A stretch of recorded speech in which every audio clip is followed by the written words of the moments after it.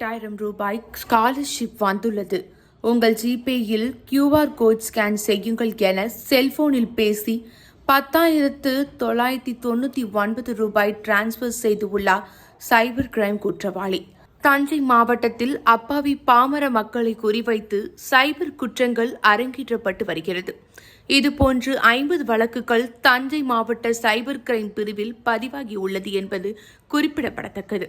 கடந்த 11ஆம் தேதி பிற்பகல் 1 மணி அளவில் சத்யா செல்போனிற்கு 8170950957 என்ற எண்ணிலிருந்து அழைப்பு வந்துள்ளது.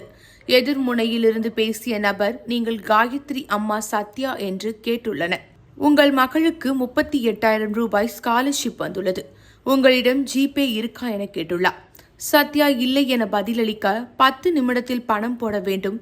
தெரிந்தவர்களிடம் ஜிபே இருந்தால் அவரிடம் போனை கொடுங்கள் என எதிர்முனையில் பேசியவர் அவசரப்படுத்தியுள்ளார். பதற்றமடைந்த சத்யா பக்கத்து வீட்டில் உள்ள சண்முகம் என்பவரிடம் போனை கொடுத்துள்ளார். எதிர்முனையில் பேசிய நபர், உங்கள் அக்கவுண்டில் பணம் எவ்வளவு உள்ளது என கேட்டு உங்கள் ஜிபேயில் காயத்ரி என டைப் செய்து 1099 என்ற எண்ணை டைப் செய்ய சொல்லி கியூஆர் கோடின் ஸ்கேன் செய்ய சொல்லியுள்ளார். அடுத்த வினாடி சண்முகம் அக்கவுண்டில் இருந்த 10,999 ரூபாய் பணம் டெபிட் ஆன வினாடி எதிர்முனையில் பேசிய நபர் இணைப்பை துண்டித்துவிட்டார். இதனால் அதிர்ச்சி அடைந்த சண்முகம் எதிர்முனையில் பேசிய நபரிடம் தொடர்பு கொண்டு பேசியதற்கு தவறாக வந்துவிட்டது, போட்டு விடுகிறேன் என அழைப்பை துண்டித்துவிட்டார். அப்போதுதான் சத்யாவுக்கும் சண்முகத்திற்கும் தாங்கள் ஏமாற்றப்பட்டுள்ளோம் என உணர்ந்தனர். இது குறித்து இருவரும் தனித்தனியாக தஞ்சை மாவட்ட சைபர் கிரைம் பிரிவில் புகார் அளித்தனர். இதுபோல 50 வழக்குகள் பதிவாகி உள்ளது என்பது குறிப்பிடத்தக்கது. ஆனால் ஆதாரத்துடன் புகார் அளிக்கப்பட்டும் எந்தவொரு குற்றவாளியையும் காவல்துறையினர் பிடிக்கவில்லை.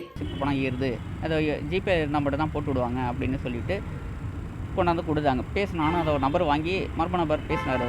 அவர் என்ன சொல்கிறாருன்னா, அவங்க அக்கௌண்ட்டுக்கு 38,500 அனுப்புகிறோம். ஃபஸ்ட்டு 18,500, அப்புறம் 10,000 2 ட்ரிப்பாக அனுப்புகிறோம் அப்படின்னு சொல்லியிருந்தார்.